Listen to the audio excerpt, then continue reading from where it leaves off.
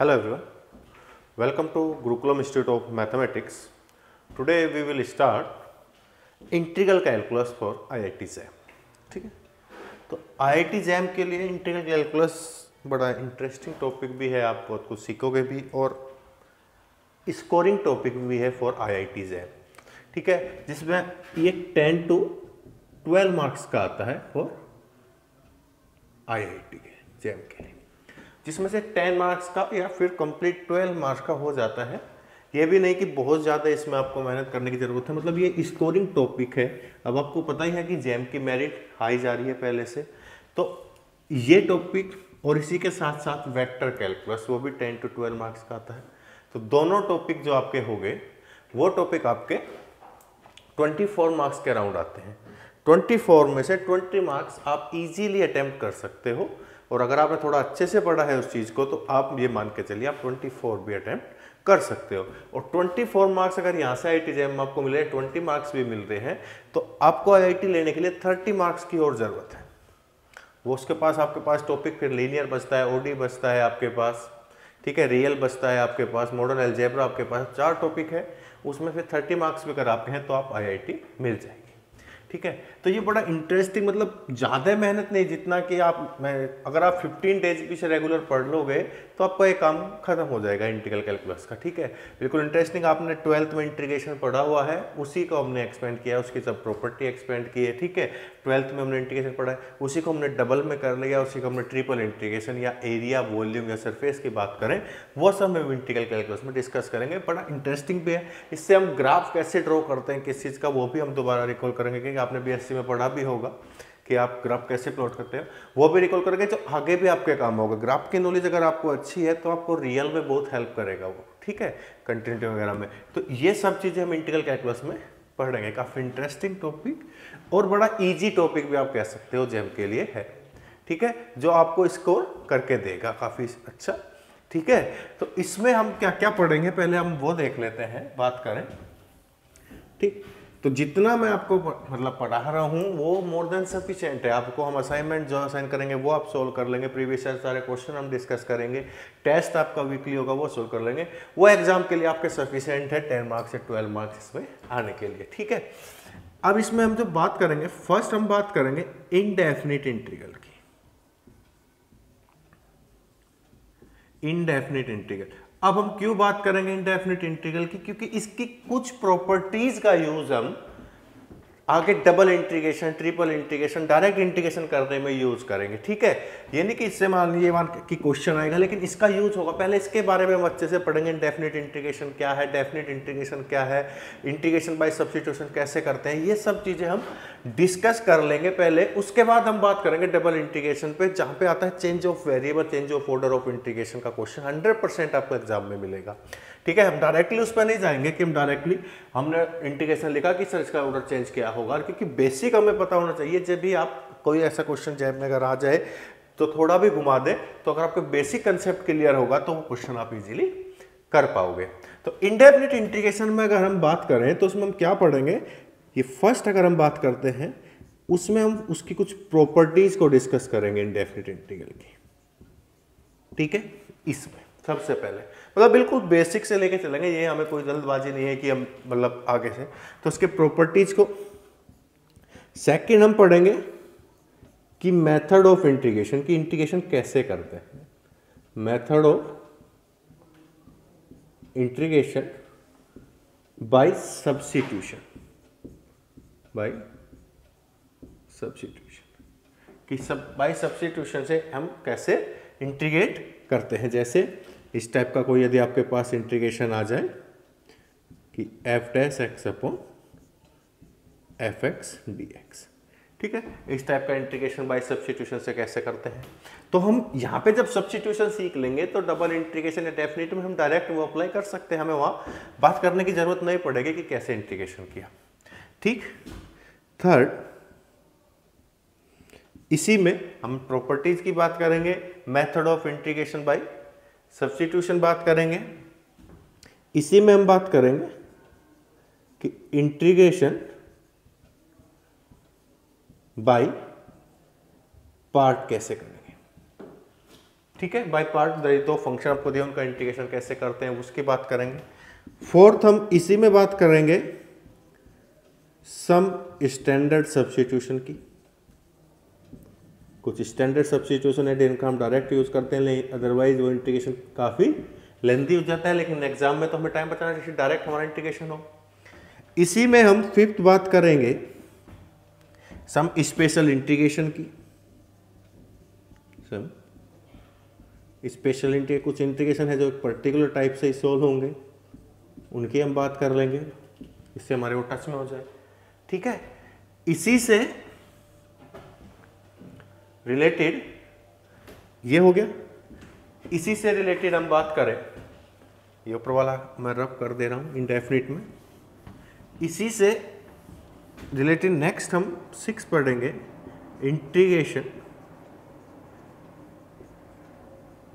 By partial fraction. ठीक है, कि पार्शियल फ्रैक्शन से हम इंटीग्रेशन कैसे करेंगे इसको रिकॉल कर लेंगे। नेक्स्ट हम पढ़ेंगे कि इंटीग्रेशन कैसे करेंगे यूजिंग डिफरेंशिएशन, यूजिंग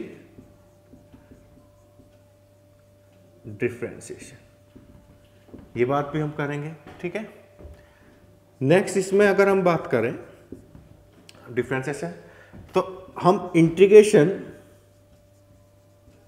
करेंगे integration of irrational algebraic function का। कैसे करेंगे? इरेशनल अलजेब्राइक फंक्शन है यदि हमारे पास, तो उसका इंटीग्रेशन कैसे करेंगे? जैसे एग्जांपल के तौर पे हम देखें कुछ इस टाइप का फंक्शन हो dx अपॉन हमारे पास लीनियर, लीनियर का मतलब पावर 1 में है लीनियर, और ये इस टाइप का हो dx इंटीग्रेशन क्वाड्रेटिक लीनियर। ठीक है, इस टाइप के इंटीग्रेशन होंगे वो हम कैसे सोल्व करेंगे। ठीक है, कुछ और बीच में कुछ भी आएगा वो हम बात करेंगे। ठीक है, मतलब हम इंडेफिनिट इंटीग्रल में इंटीग्रेशन को पूरा रिकॉल कर लेंगे कि इंटीग्रेशन कैसे कैसे पॉसिबल है, कि हम इंटीग्रेशन कैसे कैसे कर सकते हैं, ये हम पूरा रिकॉल कर लेंगे किसमें? इनडेफिनिट इंटीग्रल में, जिससे हमें इंटीग्रेशन करने में कोई प्रॉब्लम ना आए कि इसमें क्या सब्स्टिट्यूशन करना है वो स्टैंडर्ड हमें पता हो, सम स्पेशल इंटीग्रेशन कोई आ जाए उसका इंटीग्रेशन हमें पता हो। मतलब जो हमें मेहनत करनी है इंटीग्रेशन पे वो हम फर्स्ट चैप्टर इनडेफिनिट इंटीग्रल में वो सारी मेहनत हम कर लेंगे। ठीक है, तो इसलिए इसमें हम थोड़ा टाइम दे के चलेंगे, 1 वीक, या फिर आप मान के चलिए ये आपका 10 डेज के लिए, मतलब 1 वीक में हो जाएगा, पर अच्छे से हम ये करके चलेंगे। अगर हमारा ये पूरा अच्छे से हो गया तो ये मान के चलिए आप मेरी इंटीग्रल कैलकुलस का बेस स्ट्रॉन्ग हो गया, और वहां से फिर मुझे आगे कोई दिक्कत नहीं होगी। कैलकुलेशन करनी है फिर तो आगे मुझे, और कैलकुलेशन जितनी प्रैक्टिस करेंगे उतनी सही होती जाएगी कैलकुलेशन की। ये है तो इनडेफिनिट इंटीग्रल में इन सब बातों का हम बात करेंगे। फिर हम आएंगे डेफिनिट इंटीग्रल में, यहां से तो क्वेश्चन आपको जैम में आए हुए हैं। ठीक है, सेकंड जो हम बात करेंगे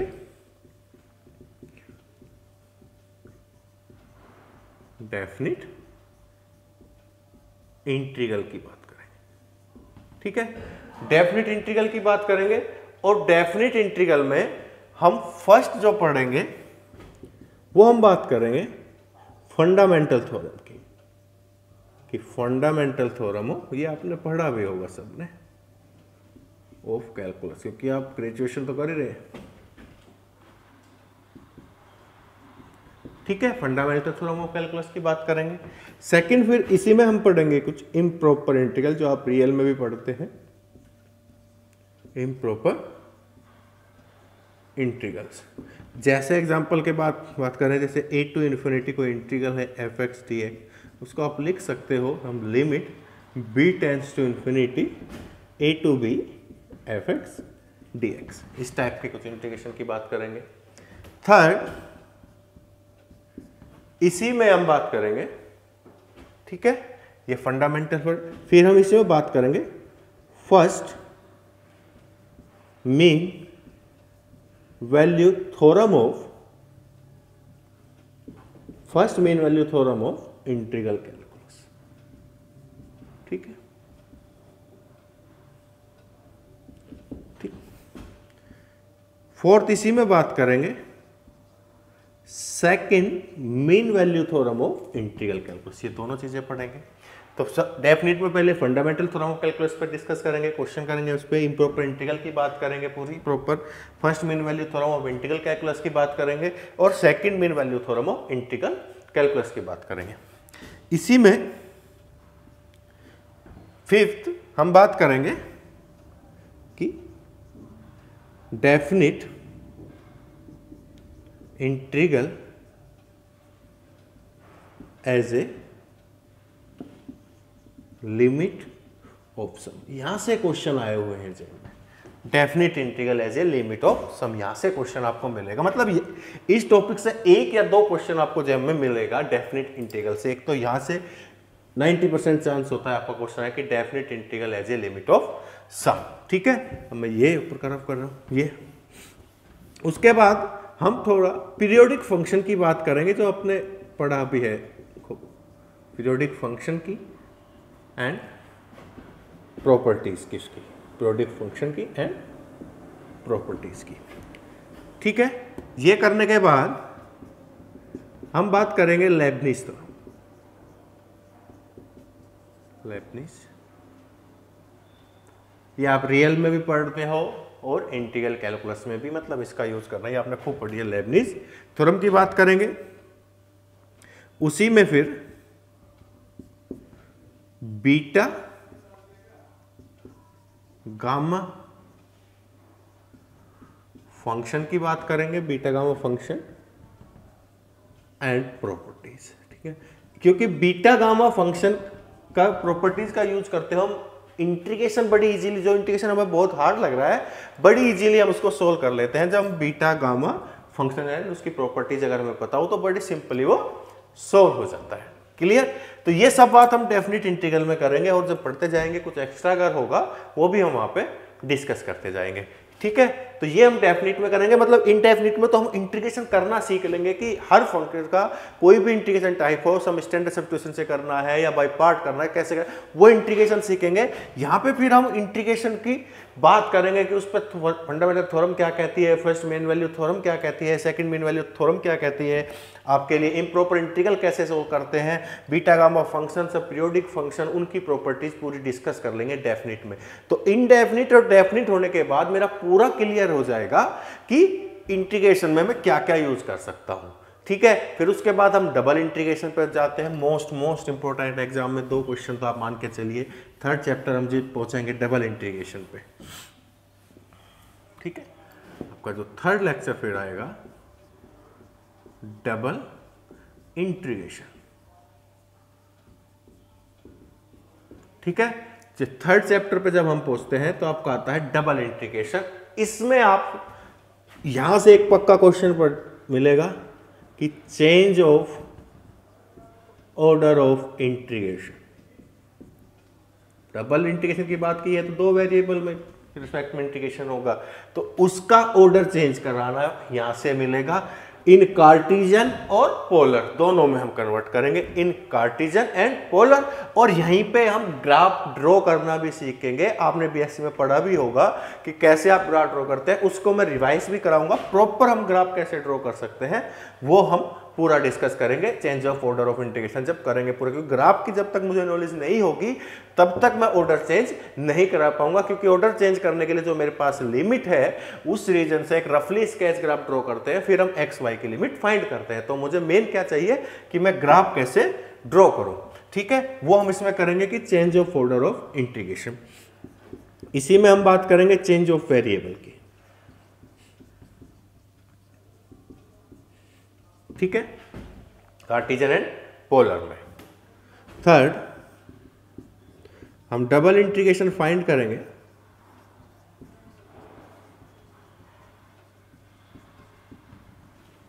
double integration over A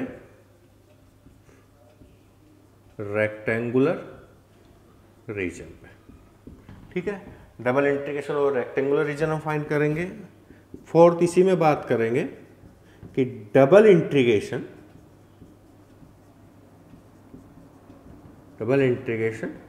over a non rectangular reason.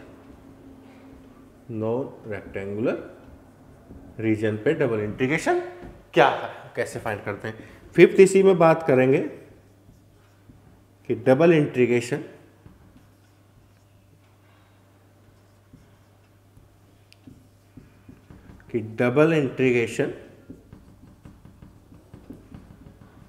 As area and volume, कि डबल इंटीग्रेशन से कैसे हम एरिया और वॉल्यूम की बात करते हैं। ये सब चीजें हम डबल इंटीग्रेशन में पढ़ेंगे कि ऑर्डर चेंज कैसे है, वेरिएबल कैसे, हम पोलर में ग्राफ ड्रॉ करेंगे, over rectangular region, non rectangular region और as a volume and area हम बात करेंगे डबल इंटीग्रेशन की। तो ये हमारा डबल इंटीग्रेशन है कि बड़ी इजी हो जाएगा जैसे ही हम डेफिनेट और इनडेफिनेट इंटीग्रल कंप्लीट कर लेंगे अपना अच्छे से। तो इसमें सिंपल कैलकुलेशन है, 2 वेरिएबल के रेस्पेक्ट में आपको इंटीग्रेशन करना है। क्लियर। नेक्स्ट हम जो 4th चैप्टर की बात करेंगे वो सरफेस की बात करेंगे, और सरफेस में हम सरफेस एरिया की बात करेंगे, वो हम ठीक है डबल इंटीग्रेशन की हेल्प से सरफेस एरिया पढ़ेंगे। एंड 5th चैप्टर जो हमारा है वॉल्यूम, ठीक है वॉल्यूम। इसमें हम बात करेंगे कि ट्रिपल इंटीग्रेशन